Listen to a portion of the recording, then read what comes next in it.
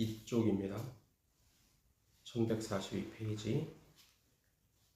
에가서 1장 4절로 10절 말씀입니다. 찾으셨으면 우리 한 절 한 절 교독하겠습니다. 제가 먼저 읽겠습니다. 그의 대적들이 머리가 되고 그의 원수들이 형통함은 그의 죄가 많음으로 여호와께서 그를 곤고하게 하셨습니다. 어린 자녀들이 대적에게 사로잡혔도다.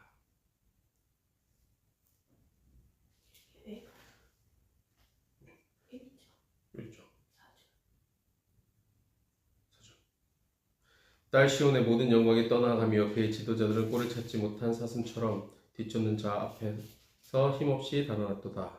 예루살렘이 환난과 유리하는 고통을 당하는 날에 여호와의 모든 즐거움을 기억하였으며 그의 백성이 대적의 손에 넘겨졌으나 그를 돕는 자가 없었고 대적들은 그의 멸망을 비웃는도다. 예루살렘이 크게 범죄함으로 조속거리가 되었으니 전에 그에게 영광을 돌리던 모든 사람이 그의 벗었음을 보고 업신여기어 그는 탄식하며 물러가는도다.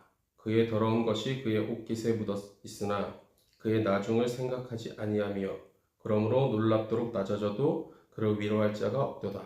여호와여 원수가 스스로 큰 채 하오니 나의 환난을 감찰하소서. 대적이 손을 펴서 그의 모든 보물들을 빼앗았나이다. 주께서 이미 이방인들을 막아 주의 성회에 들어오지 못하도록 명령하신 그 성소에 그들이 들어간 것을 예루살렘이 보았나이다. 아멘. 오늘은 에가서를 통해서 우리의 예배 생활에 대해서 함께 좀 이렇게 살펴보려고 합니다. 에가서는 사실 이 앞서 좀 개론을 좀 살펴보면 좀 더 이해하기가 좀 쉬운데 그것까지 하면 많이 길어지니까. 오늘 본문에서 이스라엘의 어떤 상황들이 그려져요. 지금 현재 점령당해 있고 점령당한 이스라엘과 점령한 자들의 어떤 모습들이 비교되어져요. 이 에가서는 1절부터 쭉 계속 어떤 대조되는 모습, 좀 대칭되는 모습, 비교되어지는 이런 문법들을 자주 사용하는데 오늘 본문에서도 사실 그런 모습들이 잘 보여져요. 오늘 5절의 말씀을 보면 그의 대적들이 머리가 되고 그의 원수들이 형통함은 그의 죄가 많음으로 여호와께서 그를 곤고하게 하셨습니다. 라고 이야기를 하죠. 이스라엘의 대적이 머리가 되고 그 이스라엘의 대적이 머리가 되고 그의 원수들이 형통한 이유가 뭐냐라고 분명히 얘기해요. 그 이유가 뭡니까? 그들의 죄 때문이다 라는 명제를 분명히 가지고 있죠. 지금 사실 이스라엘이 굉장히 힘들고 어려운 상황에 놓여 있죠. 점령당했고 어떤 포로가 되어가고 이런 일련의 상황들이 무엇 때문이냐? 그들의 죄 때문이다 라고 이야기를 해요. 아주 확실한 근거를 가지고 있는 거예요. 하나님께서 이 모든 일들을 행하심에 있어서 그 원인이 무엇이냐? 그들의 죄 때문이다라고 한 거. 그것이 누구냐? 이스라엘. 너희들의 그 죄 때문에 하나님께서 침묵하고 계신 거다라고 하는 거죠. 이 세상의 모든 것을 주관하시는 하나님께서 지금 자신들의 선택된 백성들이 고난을 당하고 고통을 당하는 그 시간에 왜 그들을 구원하지 않냐, 돕지 않느냐 라고 하는 분명한 이유가 있어요. 그게 뭐냐면 그들의 죄 때문에. 그 결과로 6절에서 보면 딸 시온의 모든 영광이 떠나가며 그의 지도자들은 꼴을 찾지 못한 사슴처럼 뒤쫓는 자들 앞에서 힘없이 달아났도다 라고 이야기를 하죠. 이게 이전 성경에 보면 그의 지도자들이라고 표현되어 있는데 이전 성경에서는 목백들이라고 표현되어 있어요.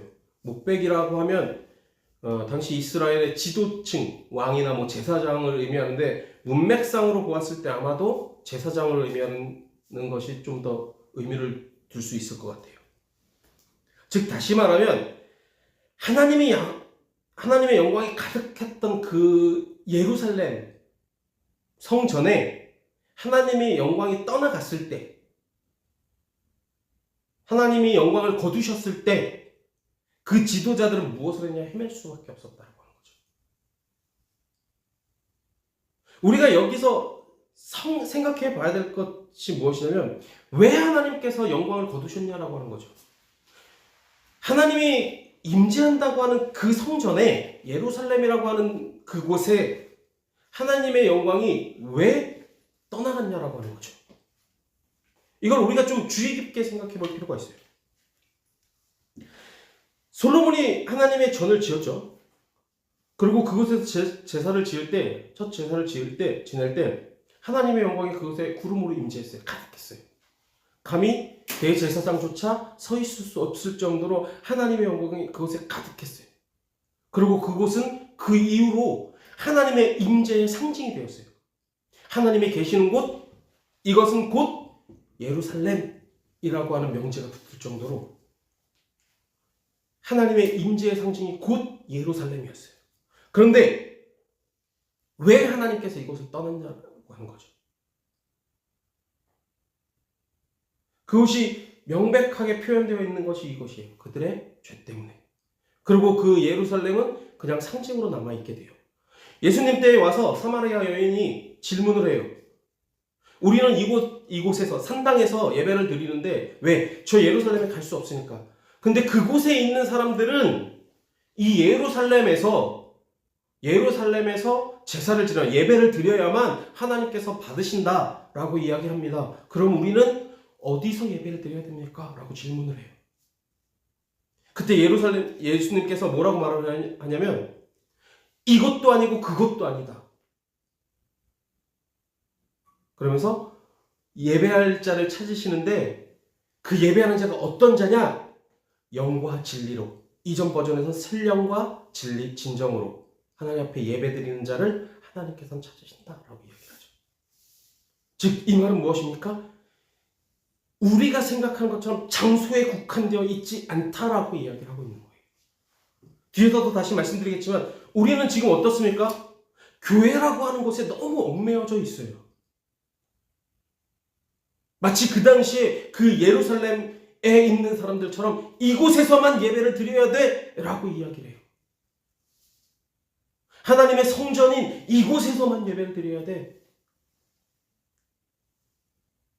그것에 너무 얽매여서 정말 예배인지 하나님께 예배를 드리는 건지 성전에게 예배를 드리는 건지 잘 모르겠어요. 헷갈려요. 그런데 그 예수님께서는 그 장소가 중요하지 않다라고 이야기를 해요. 그곳이 중요한 게 아니라 영과 진리로 예배하는 자, 그들이 있는 곳에, 그들이 예배하는 그곳에 하나님께서 함께 하신다. 하나님의 영광이 그곳에 머무신다라고 이야기를 하고 있어요. 우리가 예배에 대해서 다시 한번 심각하게 고찰할 필요가 있어요.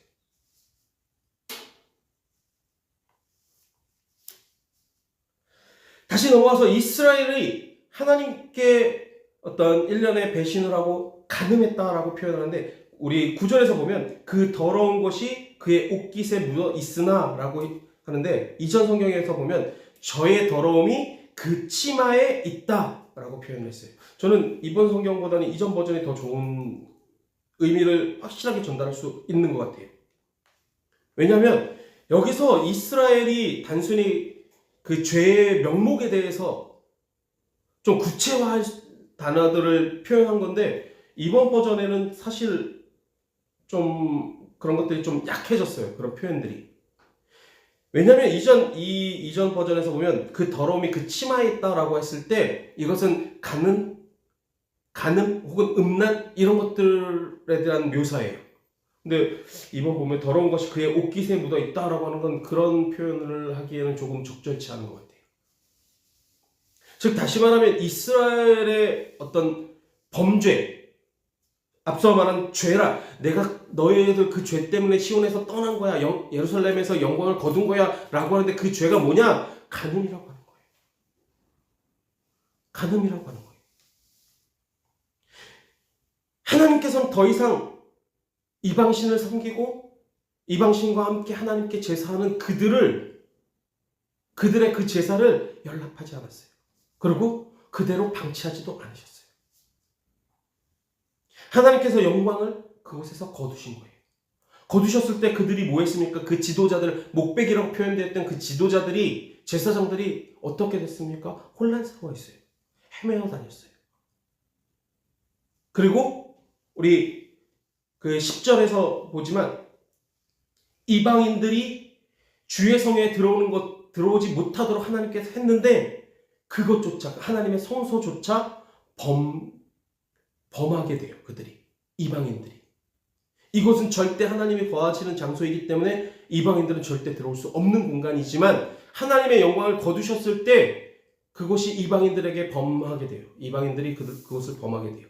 이 말은 무엇입니까? 하나님의 영광이 떠나간 성전은 아무 의미가 없다라고 하는 거죠. 그것은 그냥 건물에 지나지 않는다라고 하는 거죠.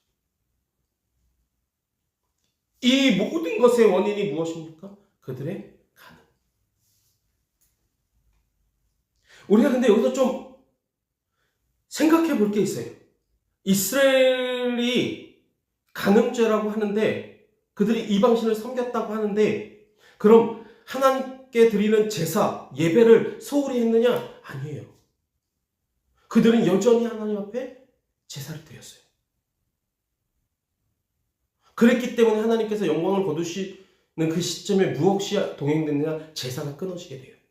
예배가 끊어지게 돼요. 예배를 더 이상 못하게 시온을 막아버리신 거예요. 왜? 더 이상 그 더러운 제사를 내가 받지 않겠다, 보지 못하겠다라고 하는 거죠. 성경에 어떤 표현이 되어 있냐면 이 제사에서 나는 향내가 역겹다라고 표현이 되어 있어요. 하나님이 그 예배를, 그 제사를 보실 때 어떠한 마음이었는가 단적으로 표현한 대목이죠. 그리고 그 제사를 막으셨어요. 더 이상 하나님 앞에 예배를 드리지 못하게 막으셨어요. 그러한 상황이 벌어진 이후에 이스라엘은 어떻게 됩니까? 조롱거리가 되죠. 비난거리가 되죠. 비참한 신세에 놓이게 되죠. 예레미야 애가가 우리에게 주는 교훈들이 분명히 있습니다. 왜 이스라엘 멸망을 하나님께서 우리에게 보여주셨을까? 저는 이게 경고의 메시지라고 생각해요. 내가 선택한 이스라엘 백성, 그들이 나를 온전히 섬기지 않고 나에게 온전한 예배를 드리지 않았을 때 나는 그들조차 내쳤어. 너희도 나한테 온전히 예배를 드려. 난 그거 하나면 좋게. 라고 하나님의 메시지를 우리에게 지금 던지고 계시는 거예요. 우리가 본문을 통해 좀 몇 가지를 좀 생각해 봅시다. 가장 먼저 생각할 게 세상의 모든 일의 주관자는 분명히 하나님이세요. 그런데 우리는 퀘스천 마크를 계속 달죠. 아니, 퀘스천 마크라기보단 의심을 해요. 왜? 어떤 때 의심을 합니까? 하나님의 백성이, 하나님의 선택한 하나님의 백성이 저렇게 힘들어하고 고난당할 때 하나님은 무엇을 했습니까? 라고 하는 이곳에 우리는 의구심을 품어요. 한번 좀 생각해 봅시다. 2차 세계대전 당시에 나치에 의해서 수십만 명의 유대인들이 학살을 당해요. 근데 그들이 어느 민족이냐? 하나님께서 택한 민족이라고 하는 거예요. 그들이 그렇다고 뭐 갓난 아이까지 그 고난 속에서, 고통 속에서 죽어가는데 그들이 죄가 있느냐? 그건 모르겠어요. 그건 하나님의 편에서 판단하실 일이니까. 그런데 그들이 죽어갈 때 하나님은 무엇을 하셨느냐라고 하는 거죠. 우리나라 예를 들어봅시다. 우리가 잘 알고 있는 주기철 목사님. 하나님 앞에 정말 신실하신 분이셨어요. 그런데 그 주기철 목사님이 못 위를 걸어가면서 죽어갈 때, 그 고통 속에서 죽어갈 때 하나님께서 무엇을 하셨냐라고 하는 거죠.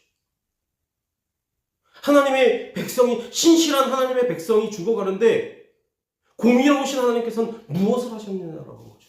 세상의 모든 것을 주관하시고 모든 것을 다 하시는 그 하나님께서, 능력이 많으신 그 하나님께서 도대체 무엇을 하셨냐라고 하는 거죠. 우리는 이런 때 하나님의 자녀들이 하나님의 백성들이 고통당할 때 힘들어할 때 아파할 때 하나님을 향해서 의심하게 되고 불평하게 돼요. 원망스럽고 불평스럽지만 하나님께서 하시는 일에는 다 계획이 있고 의미가 있어요. 예전 일이었던 것 같은데 하람이가 아들 하람이가 아주 어릴 때 잠깐 엄마가 한눈 밤 사이에 과도를 집어요. 그리고 아주 재밌게 놀아요. 이걸 본 엄마는 어떨까? 화들짝 놀라서 칼을 뺐겠죠. 당연히 뺐을 수밖에 없어요. 부모 입장에서는. 근데 한번 생각해 봅시다. 이때 하람이 편에서 생각할 때 재밌게 놀고 노는 장난감이에요. 아주 너무 재밌게 놀고 있었어요. 근데 엄마가 아무 이유 없이 뺏어갔어. 어떻게 했을까요? 뒤로 누웠죠. 누워서 진상 피는 거죠. 그죠? 왜? 하나님 입장에서 봤을 땐 재밌게 노는 장난감을 엄마가 아무 이유 없이 뺏어갔어. 아무 이유 없이 뺏어갔어. 적어도 그 아이 입장에서, 하나님 입장에서. 근데 부모 입장에서는 어떻습니까? 부모 입장에서 봤을 때는 위험한 일이니까. 이걸 가지고 놀다가 다칠 수밖에 없으니까. 그 의미를 그 아이가, 하람이가 알았을까요? 저는 이것과 같은 거라고 생각해요. 우리는 하나님의 뜻을 절대 헤아릴 수 없어요. 하나님이 우리를 위해 모든 일을 이행해 가고 계세요. 그런데 때때로 우리는 그 하나님이 하시는 일들 속에서 의심을 하고 불평하고 불만을 해요. 왜? 하나님의 뜻을 알지 못하니까. 하나님의 계획을 알지 못하기 때문에. 지금 이스라엘에게 벌어지고 있는 것도 사실은 마찬가지예요.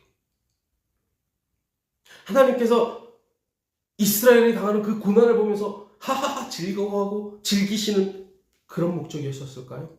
아니요. 그들이 무릎 꿇고 회개하기를 기다리고 계셨던 거예요. 그들이 돌아오기를 바라면서 하나님께서는 그들에게 책찍을 내는 것뿐이에요. 그런데 당하는 인간의 편에서는, 이스라엘 편에서는 어떨까요?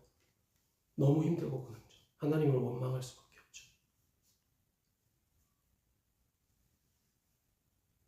우리는 이런 하나님의 마음을 이해하셔야 돼요. 이해하려고 노력하셔야 돼요. 비록 내가 어렵고 힘든 상황 속에 있지만 이것을 통해 하나님께서 무엇을 이루고자 하는지 고민하셔야만 돼요. 물론 인간이기 때문에, 나약하기 때문에 불평하고 불만할 수 있죠. 하지만 돌이키셔야만 돼요. 하나님 앞에 무릎 꿇는 시간이 되셨으면 좋겠어요. 또 한 가지는 뭐냐면 하나님을 경외하는 지도자가 있어야 된다라고 하는 거예요. 오늘 우리가 보았지만 4절에서 보면은 제사장들과 어떤 처녀들이 등장을 하는데 이들이 다 하나님 앞에 제사 드리는 자예요. 앞서 말한 목백이라고 하는 것도 지도자들이었어요. 그들이 왜 이렇게 반복해서 에가서에 언급되느냐? 그 이유는 그들의 위치가 그만큼 중요하다라고 하는 거예요. 한국 강단에서 자주 언급되는 게 뭐냐면 목자가 잘못된 길을 가면 양들은 따라갈 수밖에 없다라고 하는 거죠. 그만큼 지도자들의 위치가 중요해요. 그런데 이 시대에는 지도자는 많아요. 그런데 올바른 길을 가는 지도자는 없어요. 많지 않아요. 지도자들은 많은데 하나님의 말씀을 순종하고 그 하나님의 말씀으로 지도하는 자들은 많지 않아요. 그렇기 때문에 이 교회가 혼란스러워지는 거예요. 특히나 이 코로나 시대에 올바른 지도자의 부재가 얼마나 큰 영향을 미치는지 그 안타까움이 현실로 다가오는 것 같아요. 어제 뉴스를 보니까 기독교 신뢰도가 11% 하락했다고 해요. 기독교에 대한 신뢰도는 사실 90년대 들어서면서부터 계속 하락했어요. 계속 조금씩 하락했어요. 근데 이렇게 큰 폭으로 하락한 적은 없었어요. 이름만 되면 아는 그 대형교회 목사님들이 뭐 세습이니 뭐 아니면 뭐 횡령이니 성폭행이니 뭐 이런 일련의 일들로 이슈가 되면서 교회에 부정적인 영향을 미쳤을 때도 채 2%가 하락하지 않았어요. 그런데 이 코로나 시대에 11%라고 하면 근 한 15년, 20년 동안 떨어진 폭이에요. 한 번에 이렇게 확 기독교가 더 이상 신뢰 대상이 아니다라고 하는 거예요. 왜 그렇습니까? 왜 그렇게 됐겠습니까? 저는 온전한 지도자의 부재라고 생각해요.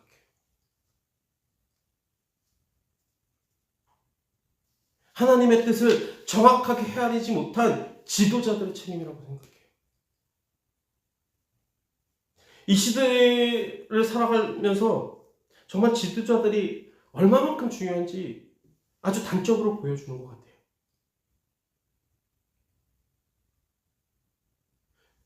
예배가 예배다워지기 위해 지도자가 필요해요. 그래서 여러분들은 목회자를 위해서 항상 기도해 주셔야만 돼요.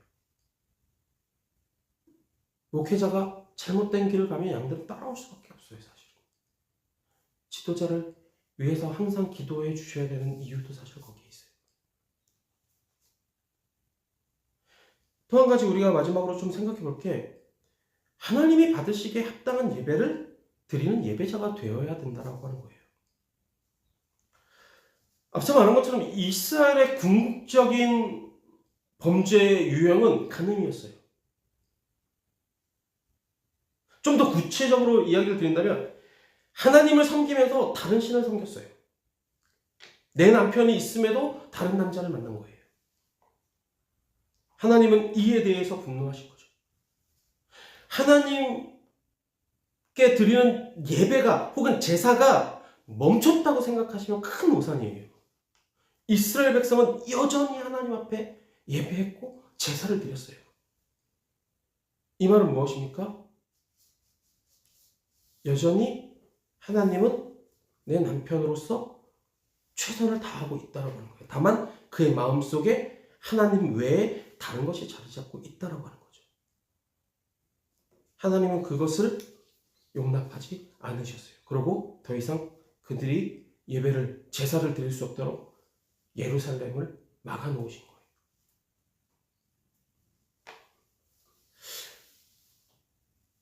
지금 이 시점에 예배에 대해서 우리가 좀 심각하게 고민을 해봐야 돼요. 앞서도 말씀드렸지만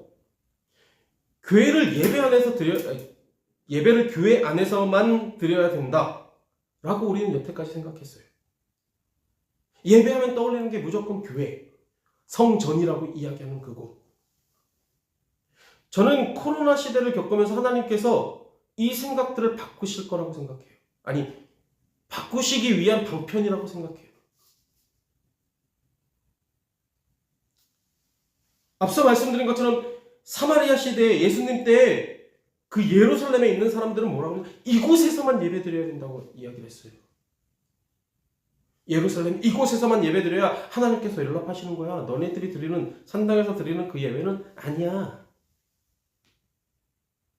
그런데 예수님께서는 뭐라고 말하십니까? 이것도 그것도 아니야. 오직 영과 진리로 예배하는 그곳에 하나님께서 함께 하실 거야. 너의 마음이 하나님을 향해 있다면 하나님은 그곳에 함께 하셔. 너의 생각이, 너의 중심이 하나님 보시기에 합당하면 하나님은 그곳에서 영광을 받으셔. 그곳이 어디가 되었든.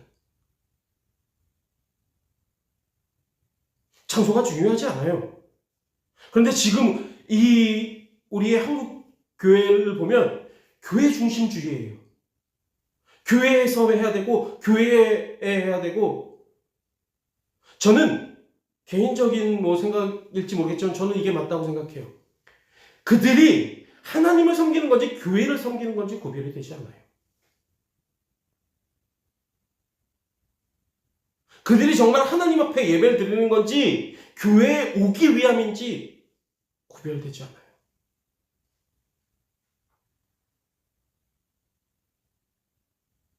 저는 교회가 교회다워지길 간절히 바라요. 예배가 예배다워지길 간절히 바라요. 이스라엘 백성이 이방신을 섬기면서 하나님께 제사하지 않은 게 아니라니까요. 예배 드렸어요. 하나님 앞에 제사 드렸어요. 그럼에도 불구하고 하나님께서는 그 제사를, 그 예배를 받으시지 않으셨어요. 좀 극단적인 표현으로 역겹다고 이야기하셨어요. 그 향내가 역겹다고 하셨어요.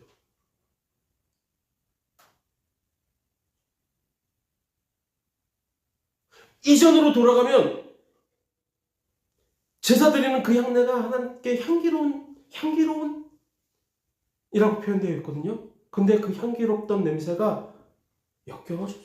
왜? 하나님을 향했지 않기 때문에. 그들의 마음이, 그들의 중심이 하나님을 향해 있지 않았기 때문에. 이유는 그거 하나였어요. 지금 우리가 드리고 있는, 이 나라에서 드리고 있는 예배들이 어떤 모습일까? 한 번쯤 생각해 보십시오. 내가 드리는 이 예배는 정말 하나님께서 향기로운 예배로, 향기로운 제물로 받아들일까? 아니면 그 옛날 이스라엘이 드렸던 것처럼 하나님이 받으시기에 힘들어하시는 역겨운 예배가 되고 있진 않는가? 우리 마음속에는 하나님 한 분만 계셔야 돼요. 교회가 우상화된다면 저는 그 교회조차도 과감히 폐하실 수 있는 분이라고 생각해요.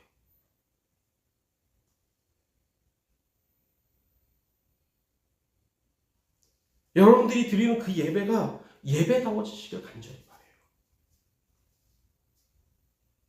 만약에 이 예배가 정말 하나님이 받으시지 않는 예배라면 너무너무 불쌍한 사람들이잖아요, 우리는.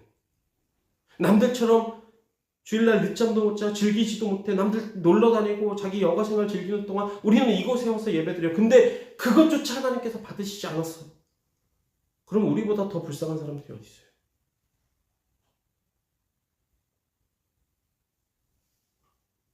이스라엘과 같이 세상과 혹은 하나님 사이에 양다리를 거치는 것, 교회와 하나님 사이에 양다리를 거치는 이런 일이 없었으면 좋겠어요. 온전히 하나님만 진심으로 하나님 앞에 예배드리는 예배자가 되셔야만 해요. 사실 이것들을 위해 사실 지도자들이 필요한 거고, 결국 궁극적으로 우리가 해야 될 일은 뭐냐? 하나님께 영광을 돌리는 거예요. 얼마 전에 뉴스에서 보니까 모이는 예배, 흩어지는 예배, YMCA 그 이사장 목사님이 하시는데, 모이는 예배든 흩어지는 예배든 중요하지 않아요. 저는 개인적으로 그 빌딩에 교회들이 타다다닥 생겼으면 좋겠어요. 술집 생기는 것보다 훨씬 나으니까. 술집 생겨봐야 비틀거리기만 하지 사회에 어떤 영향력을 끼치겠어요. 그 교회들이 더욱더 많이 생겼으면 좋겠어요. 왜? 조건은 단 하나입니다. 온전한 교회. 하나님을 섬길 줄 아는 교회. 근데 그런 교회가 드물기 때문에 제가 이런 말씀을 드리는 거예요. 교회가 교회다워지고 예배가 예배다워지는, 그러기 위해서 여러분들이 해야 될 건 영과 진리로 예배하는, 그런 예배가 회복되어질 때 하나님께서는 여러분들의 삶도 회복할 거예요. 예배드리는 이 한 시간이 중요한 게 아니에요. 이 한 시간을 하나님 앞에 온전히 드리기 위해 일주일 동안의 여러분들의 삶, 그 삶을 통해서 하나님 앞에 영광이 되어지고 그 삶을 통해서 하나님께 찬양을 돌려드린다면 이 한 시간의 예배는 하나님께서 분명히 기뻐 받으실 거예요. 그런데 아무 준비 없이 그냥 내 생각대로 내 판단대로 살아가다가 한 시간 이곳에 와서 주여 한다고 해서 하나님 받으시는 게 아니라니까요. 이 모이는 이 예배보다 사실은 여러분들의 삶의 예배가 훨씬 더 중요해요.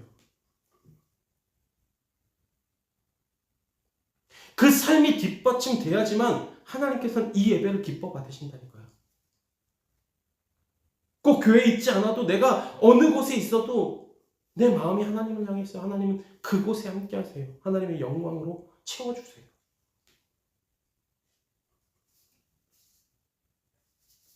여러분들의 삶이 하나님의 받으시기에 합당한 삶이 되시길 간절히 바라요.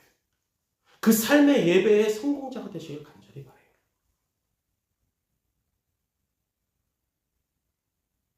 그랬을 때 하나님은 분명히 회복하실 거예요. 그 옛날 이스라엘을 회복하셨던 것처럼 이스라엘이 하나님 앞에 무릎 꿇고 다가올 때마다 그때마다 회복시켜 주셨던 것처럼 하나님께서는 분명히 회복하실 거라고 믿어요. 여러분들이 예배의 성공자가 된다면 그 하나님의 은혜를 누리는 여러분들이 되시길 간절히 바라요. 그 하나님의 사랑을 받으시면서 누리시면서 사는 여러분들이 되시길 간절히 바라요. 조건은 단 하나입니다. 예배의 성공자. 예배를 성공하는 여러분들이 되길 간절히 바랍니다. 기도합시다. 좋으신 하나님 감사합니다. 아버지 하나님, 이 이스라엘이 두 마음을 품어 하나님께 버림받은 것처럼 저희들이 그렇게 될까 심히 두렵고 떨리는 마음을 갖게 하시옵소서. 세상과 하나님을 저울질하는 것이 아니라 눈앞의 이익을 쫓아 가는 것이 아니라 온전히 하나님을 바라보고 예수님 한 분으로 인하여 기뻐하는 삶을 살아가게 하시옵소서. 그래서 저희들의 삶을 통해 하나님께 영광이 되고 사람들에게는 표적이 되는 그런 삶을 살아가게 하시옵소서. 그래서 아버지 하나님께 드려지는 이 예배가 온전히 기쁨으로 하나님께 드려지는 그런 예배가 되길 간절히 원합니다. 예배의 성공자가 되게 하여 주시옵소서. 하나님께 기쁨을 드리는 우리들이 되게 하여 주시옵소서. 감사하며 예수님의 이름으로 기도드렸습니다.